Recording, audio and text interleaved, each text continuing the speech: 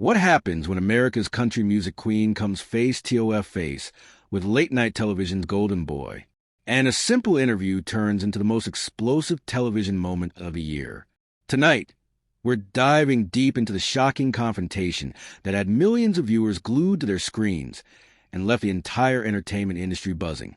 Before we get started, make sure to hit that subscribe button and drop a comment below telling me what you think really caused this heated exchange. Trust me, you're not going to want to miss a single word of what went down. The Tonight Show starring Jimmy Fallon was supposed to be just another routine promotional appearance.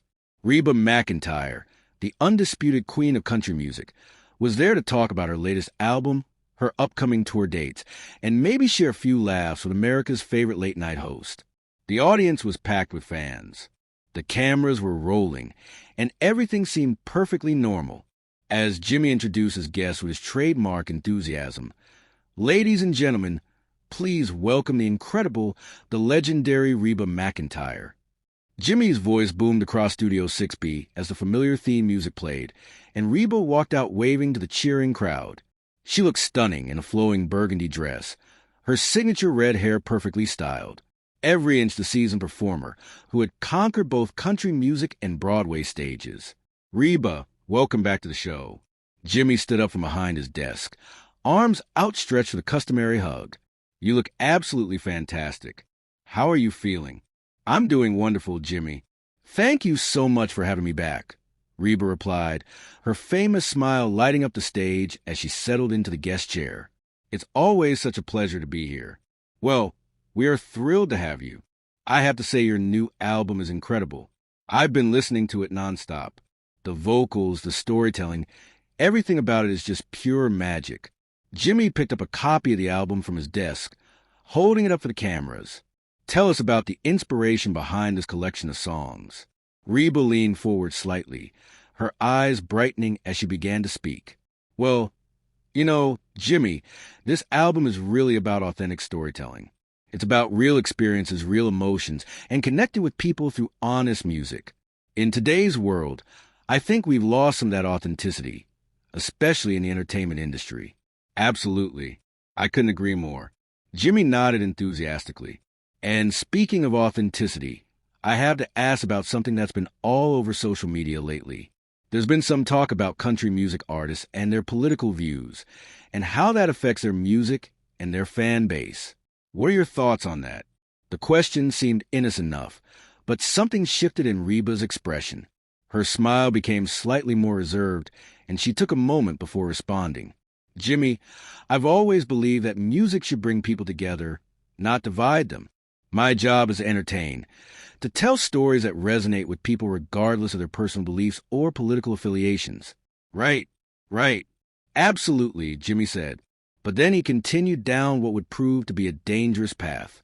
But don't you think artists have a responsibility to speak out on important issues? I mean, you have such a massive platform, such influence. Shouldn't you use that to make a difference? Reba's posture straightened slightly, and her voice took on a more measured tone. Jimmy, I've been in this business for over 40 years. I've learned that when you start telling people how to think or how to vote, you're not respecting their intelligence or their right to make their own decisions. My fans are smart people who don't need me to tell them what to believe. But surely there are some issues that are just right and wrong. Black and white, Jimmy pressed, his casual demeanor masking what was becoming an increasingly pointed line of questioning. Climate change, social justice, equality. These aren't really political issues. They're human issues, don't you think? The audience was starting to sense the tension building. Reba's famous warmth was being replaced by something cooler, more guarded. Jimmy, with respect, I think you're oversimplifying some very complex issues. Life isn't as black and white as Hollywood likes to pretend it is. There are good people on all sides of these debates, and they deserve to have their voices heard and their perspectives respected. Well, I mean, sure, but when we're talking about basic human rights, Jimmy continued, seemingly oblivious to the storm clouds gathering, don't you think there's a moral obligation to stand up for what's right? Your fans look up to you. They trust you. And that's exactly why I'm careful about what I say, Reba replied, her voice becoming more firm. Because I respect them enough not to abuse that trust by pushing my personal agenda on them. They come to my concerts to escape from all the noise and division for a few hours, to feel connected to something beautiful and meaningful. That's what music is supposed to do. Jimmy leaned back in his chair, and for a moment, it seemed like he might change direction. But then he made the comment that would ignite the firestorm. I just find it interesting that someone with your platform chooses to stay neutral on issues that affect so many people. Some might say that's a privilege that not everyone can afford. The words hung in the air like a challenge, and the audience seemed to collectively hold its breath. Reba's eyes flashed with something that anyone who knew her would recognize as a warning sign. Her grandmother's steel backbone, the same strength that had carried her through decades in the male-dominated music industry, was beginning to show. "Jimmy," she said slowly, her voice deadly calm, "I need you to stop right there." "I'm sorry. I don't understand," Jimmy replied, but his smile was starting to look forced. "I'm just asking questions that I think our audience is curious about." "No, you're not asking questions," Reba said, her famous composure beginning to crack. "You're making accusations. You're suggesting that because I don't broadcast my every political opinion, I'm somehow failing my fans or shirking some responsibility. And frankly, I find that not only presumptuous, but incredibly insulting." The studio audience was dead silent now. This was not the lighthearted banner they had come to see. This was something else entirely, something raw and uncomfortable and completely unprecedented for both of these beloved entertainers. "Reba, I think you're misunderstanding what I'm saying." Jimmy tried to backtrack, but the damage was already done. "I have nothing but respect for you and your career. I'm just saying that in times like these, silence can sometimes be interpreted as what?" Reba cut him off, her voice rising for the first time. "As cowardice, as complicity. Jimmy, let me tell you something about silence. Sometimes silence is wisdom. Sometimes silence is respect for other people's right to think for themselves. And sometimes silence is knowing when to keep your mouth shut instead of lecturing people you don't even know about subjects you clearly don't understand." The tension in Studio 6B was now thick enough to cut with a knife. Jimmy's famous quick, which seemed to have abandoned him completely as he struggled to regain control of what was rapidly becoming a public relations nightmare for both of them. But Reba wasn't finished. "You want to talk about privilege, Jimmy?" Reba's voice was gaining strength. Now, the kind of power that had commanded stages from a Grand Ole Opry to Broadway. Let me tell you about privilege. Privilege is sitting behind that desk in your $1 million studio, in your designer suits, surrounded by writers and producers who tell you exactly what to say and how to say it, and then having the audacity to lecture a woman who has worked her tail off for 4 decades about moral responsibility. Jimmy's face was starting to flush red. The audience could sense that this was spiraling completely out of control, but they were riveted, unable to look away from this collision between two entertainment titans. "Reba, I think you're taking this way too personally. I'm not attacking you. You're just what?" Reba interrupted, her Oklahoma accent becoming more pronounced as her anger grew. "You're just doing your job. You're just asking the tough questions. Jimmy, let me ask you something. When was the last time you had a real conversation with someone who disagrees with you politically? When was the last time you sat down with a farmer in Iowa, or a factory worker in Michigan, or a single mother in Alabama, and actually listened to what they have to say instead of telling them what they should think? I talk to people from all walks of life." Jimmy protested weakly, but Evie seemed to realize how hollow that sounded. "My show represents everyone. We welcome all viewpoints." Reba let out a laugh that had no humor in it whatsoever. "Your show welcomes all viewpoints, Jimmy. Your show is a liberal echo chamber masquerading as mainstream entertainment. You and your writers sit around making jokes about half the country, and then you act surprised when those people feel alienated and disconnected from the entertainment industry. You want to know why there's such division in this country? Look in the mirror." The cameras were still rolling, capturing every moment of this unprecedented meltdown. Jimmy's producers were probably scrambling in the control room, but there was no way to stop this train wreck now. It was live television at its most raw and unpredictable. "That's completely unfair." Jimmy shot back, his famous nice guy persona finally cracking under the pressure. "We make fun of everyone equally. We're comedians. That's what we do. And frankly, I think you're being a little hypersensitive here. The word hypersensitive was like throwing gasoline on a fire. Reba's eyes blazed with a fury that made it clear Jimmy had just made the worst mistake of his television career. Hypersensitive?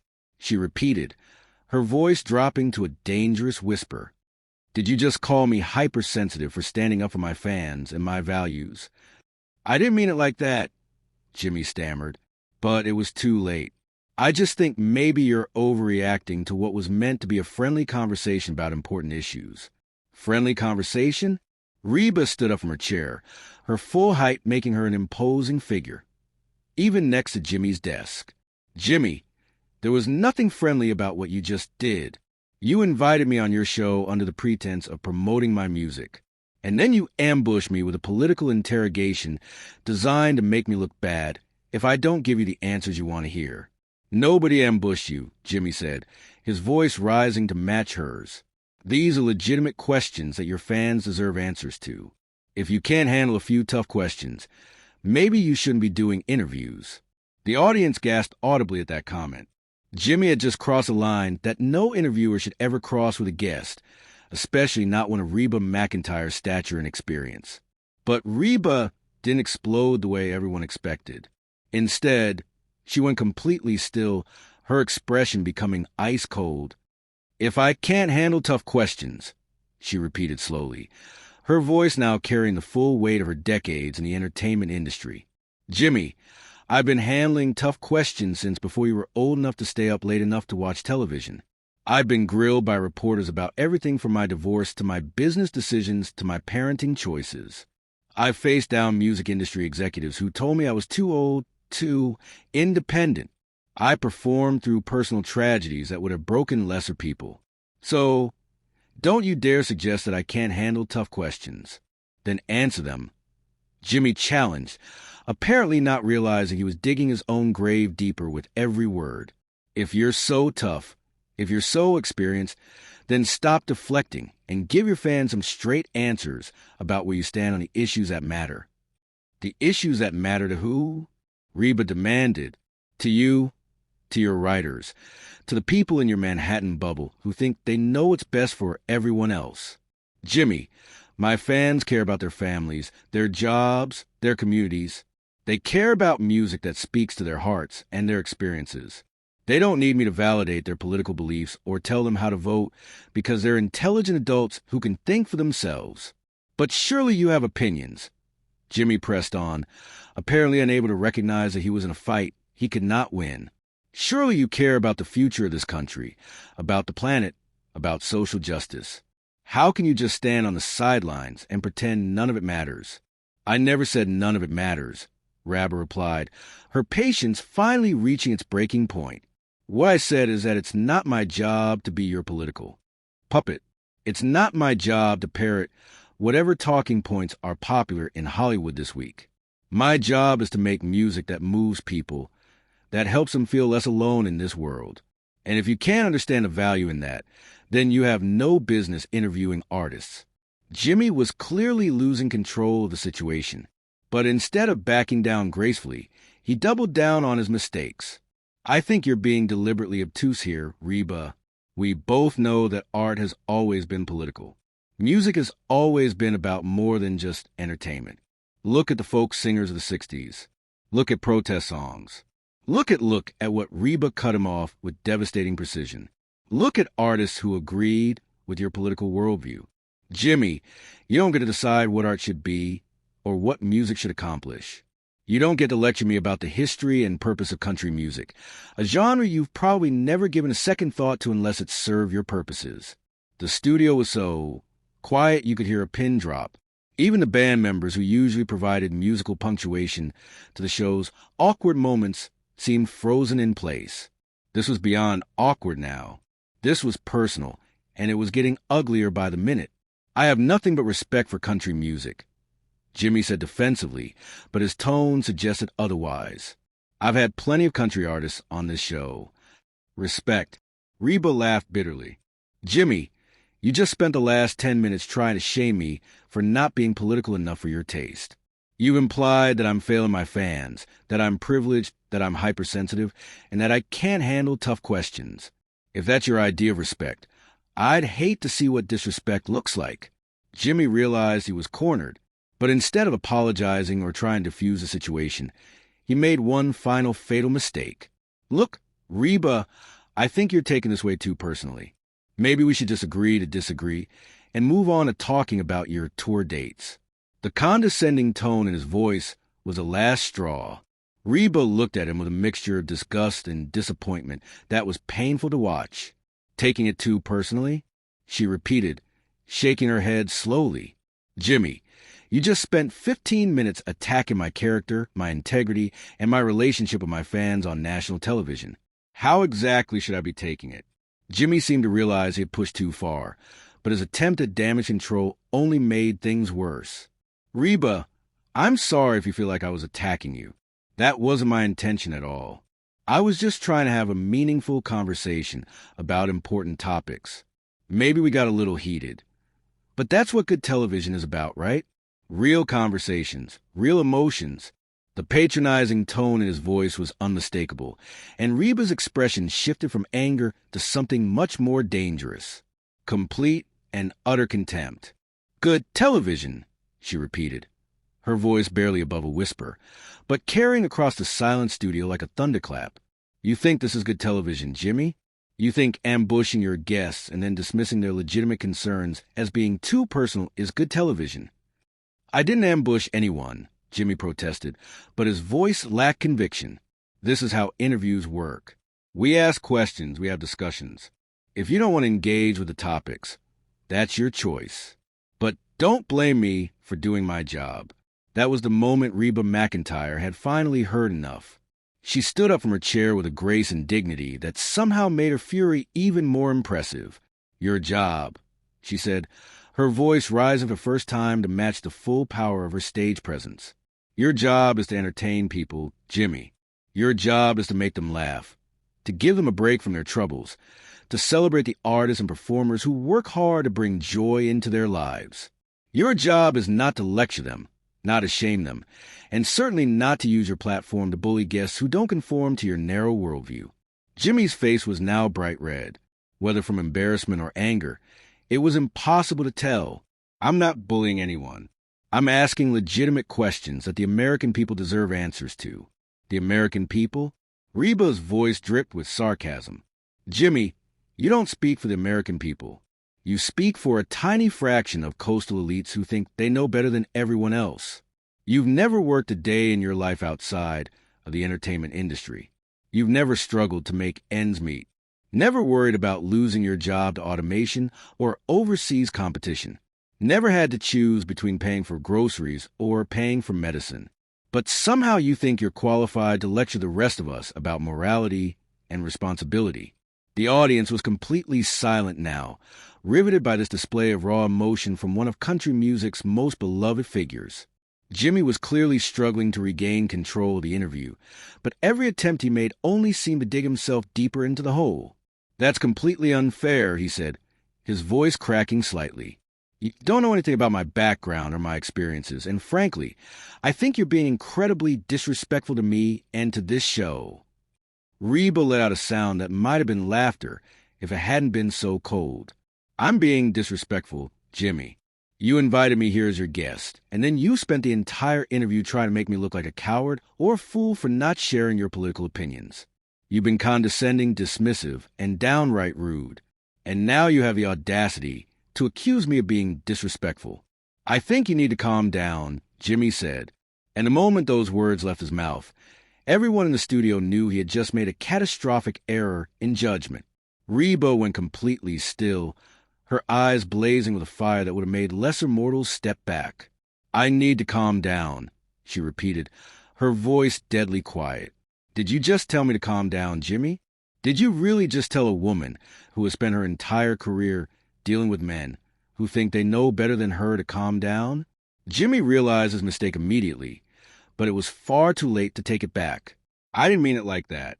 I just think we should lower the temperature here and try to have a civilized conversation. Civilized? Reba's voice rose to its full power now. filling the studio with the kind of presence that had commanded stages around the world. "There's nothing civilized about what you've done here tonight, Jimmy. You've shown complete disrespect for me, for my fans, and for the very concept of honest dialogue. You've proven that you're nothing more than a bully with a television show who thinks his platform gives him the right to attack anyone who doesn't march in lockstep with his political agenda." Jimmy was now visibly sweating, his famous composure completely shattered. "Reba, please. I think you're overreacting here. This is just a friendly debate between two people who obviously care about this country." "Friendly?" Reba shook her head in disgust. "Jimmy, there was nothing friendly about this from the moment you started your interrogation. You came into this interview with an agenda, and when I didn't give you the sound bite you wanted, you decided to try to bully and shame me into compliance. Well, congratulations. You succeeded in showing your true colors to millions of people." She began to remove her microphone, her movements deliberate and controlled despite the obvious fury radiating from her every gesture. "You know what the real tragedy is here, Jimmy?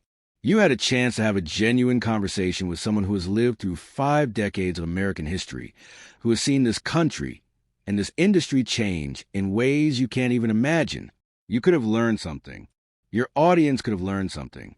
Instead, you chose to turn it into a political ambush because you thought it would make for good television.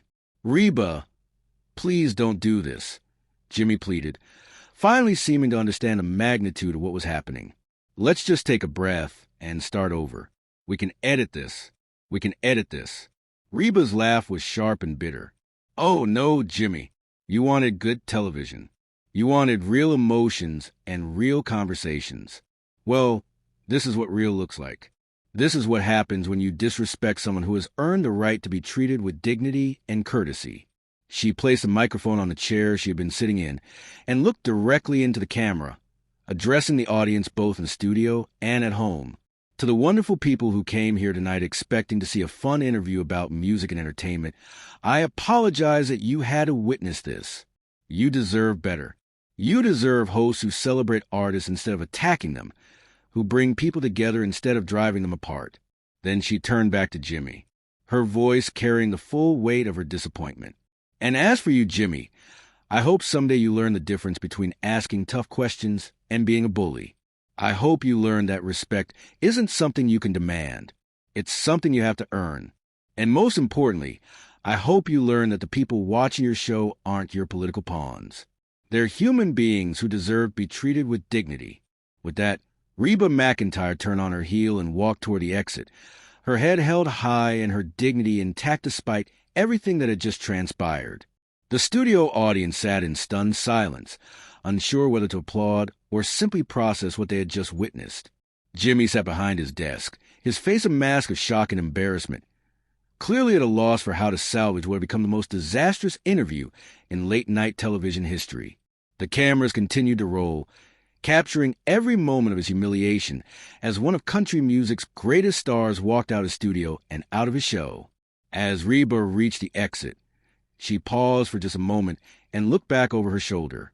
"Jimmy," she said, her voice carrying clearly across the silent studio, "next time you want to have a political debate, invite a politician. When you invite an artist, try showing some respect for what we do and why we do it." And with that, she was gone, leaving behind a studio full of stunned silence and a host whose reputation would never quite recover from a night he tried to take on the queen of country music and learn exactly why she had earned that title through decades of grace, strength, and unwavering integrity. The aftermath of this explosive confrontation has continued to reverberate throughout the entertainment industry, with fans and critics alike weighing in on what many are calling one of the most dramatic moments in television history. What did you think of Reba's response? Was she right to walk out, or should she have stayed and try to work things out with Jimmy? Drop your thoughts in the comments below and make sure to subscribe for more deep dives into the biggest moments in entertainment. This is definitely a story that will be talked about for years to come.